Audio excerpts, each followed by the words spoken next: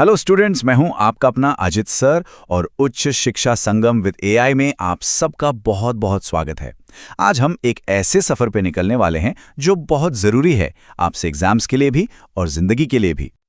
तो जैसा कि आप सबने रिक्वेस्ट किया था, हिंदी सीरीज का पार्ट 3 आ गया है। पार्ट 1 में हमने सारी कविताएं समझी, पार्ट 2 में हमने कहानियों को देखा और आज पार्ट 3 में हम धर्मवीर भारती जी के ऐतिहासिक मतलब एकदम कमाल के नाटक अंधा युग का वन शॉट रिवीजन करने वाले हैं। तो चलिए बिना टाइम वेस्ट किए सीधे कहानी में डाइव करते हैं। अच्छा, तो आज का हमारा प्लान क्या है? देखो, सबसे पहले हम लेखक धर्मवीर भारती और अंधा युग के बैकग्राउंड को समझेंगे। फिर पिछले सेमेस्टर से एक्ट 1 और 2 का एक छोटा सा रीकैप करेंगे। उसके बाद हम इस सेमेस्टर के सबसे जरूरी हिस्सों अश्वत्थामा का अर्धसत्य और गांधारी का भयानक शाप पर गहराई से बात करेंगे। और हाँ, आखिर में हम इस पूरे नाटक का मेन मैसेज, इसकी सीख समझेंगे। रेडी हो? तो चलिए सबसे पहले इस शानदार रचना की नींव को समझते हैं। आखिर कौन थे धर्मवीर भारती और ऐसी क्या परिस्थितियां थीं जिन्होंने उन्हें अंधा युग जैसा मास्टरपीस लिखने पर मजबूर कर दिया? देखो, धर्मवीर भारती जी आधुनिक हिंदी साहित्य के आप कह सकते हैं कि एक रॉकस्टार थे। वो सिर्फ लिखते नहीं थे, बल्कि वो समाज को आईना दिखाते थे। एक कवि, लेखक, नाटककार, उनकी खासियत थी इंसानी फीलिंग्स और अजीबोगरीब मॉरल सिचुएशंस को पकड़ना। और अंधा युग तो उनका सबसे फेमस नाटक है जिसने हिंदी थिएटर की तस्वीर ही बदल दी। अब बात करते हैं इसके टाइटल की, अंधा युग। इसका क्या मतलब है? ये नाटक महाभारत युद्ध के 18th दिन यानी आखिरी दिन की शाम से शुरू होता है। मतलब वॉर तो टेक्निकली खत्म हो चुका है, लेकिन असली तबाही तो अब सामने आ रही है। विनाश, नैतिकता का खत्म हो जाना, विश्वास का टूट जाना। ये कहानी सिर्फ आंखों से अंधे धृतराष्ट्र की नहीं है, बल्कि उस पूरे दौर की है जो सोच से, समझ से, विवेक से अंधा हो चुका था। और नाटक की ओपनिंग लाइन ही सब कुछ बता देती है। सोचो, भारती जी कहते हैं कि ये कहानी अंधों की है, लेकिन अगले ही पल एक उम्मीद भी दे देते हैं कि शायद ये अंधों के जरिए रोशनी की एक नई होप की कहानी है। यह हमें सोचने पर मजबूर करता है कि क्या गहरे से गहरे अंधेरे में भी उम्मीद की कोई किरण हो सकती है। अच्छा, कहानी के गहरे मोड़ समझने से पहले चलो जल्दी से एक फ्लैशबैक में चलते हैं। पिछले सेमेस्टर में जो हमने पहले 2 अंकों को पढ़ा था, उन्हें फटाफट याद कर लेते हैं।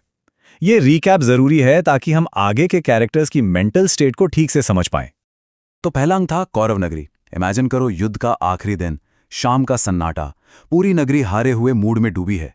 2 गार्ड आपस में बात कर रहे हैं कि यार हमारी ड्यूटी का अब क्या फायदा, जिस मर्यादा की हम रक्षा कर रहे थे वो तो कब की खत्म हो चुकी। और उधर धृतराष्ट्र और गांधारी अपने दुख में सच से मुंह मोड़कर बैठे हैं।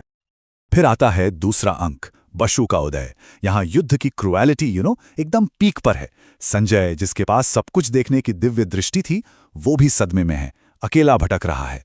और फिर एंट्री होती है अश्वत्थामा की, जो अपने पिता की गलत तरीके से हुई मौत का बदला लेने की आग में जल रहा है। और युधिष्ठिर का वो आधा सच, अश्वत्थामा हतो नरोवा कुंजरोवा, वो सच अश्वत्थामा के अंदर के इंसान को मारकर उसे खूंखार पशु बना देता है। और अब हम आ गए हैं सेमेस्टर 4 के पहले और सबसे इंपॉर्टेंट अंक पर। तीसरा अंक, अश्वत्थामा का अर्धसत्य। दोस्तों, यहां से कहानी एक बहुत ही सीरियस और गहरा मोड़ लेती है। जरा उस सीन को इमेजिन करो। हारी हुई कौरव सेना के जो थोड़े बहुत सैनिक बचे हैं वो शहर लौट रहे हैं। हर तरफ घायल लोग हैं, विधवाएं हैं, सदमे में डूबे लोग हैं। ये कोई जीत का जुलूस नहीं है, बल्कि एक मातम का मंजर है। और इसी माहौल में युयुत्सु की एंट्री होती है। युयुत्सु जो धृतराष्ट्र का ही बेटा था, लेकिन उसने गलत का साथ ना देकर सच का साथ दिया और पांडवों की तरफ से लड़ा। पर अब देखो आयरनी, जब वो घर लौटता है तो उसकी अपनी मां गांधारी उसे धिक्कारती है। उसके अपने लोग उसे गद्दार समझते हैं। मतलब सच का साथ देने की कीमत उसे अकेलेपन से चुकानी पड़ रही है। और तभी एक खबर आती है। खबर ये कि भीम ने गदायुद्ध के नियम तोड़कर दुर्योधन की जांघ पर वार किया है। इस बात पर बलराम तक गुस्सा हो जाते हैं और कहते हैं कि भीम ने अन्याय किया है। ये एक बहुत बड़ा टर्निंग पॉइंट है, क्योंकि ये दिखाता है कि मर्यादा की लाइन सिर्फ कौरवों ने नहीं, जीतने वाले पांडवों ने भी पार कर दी थी। युद्ध ने सबको अंधा कर दिया था। और ये खबर अश्वत्थामा के लिए आग में घी का काम करती है। उसका खून खौल उठता है। मरते हुए दुर्योधन उसे अपना आखिरी सेनापति बना देते हैं। और फिर रात के अंधेरे में अश्वत्थामा एक सीन देखता है। एक उल्लू सोते हुए कौओं पर हमला करके उन्हें मार रहा है। बस उसे अपने बदले का रास्ता मिल जाता है, एक कायरों वाला, एक बार्बर रास्ता। वो फैसला करता है कि वो भी रात में सोते हुए पांडव कैंप पर हमला करेगा।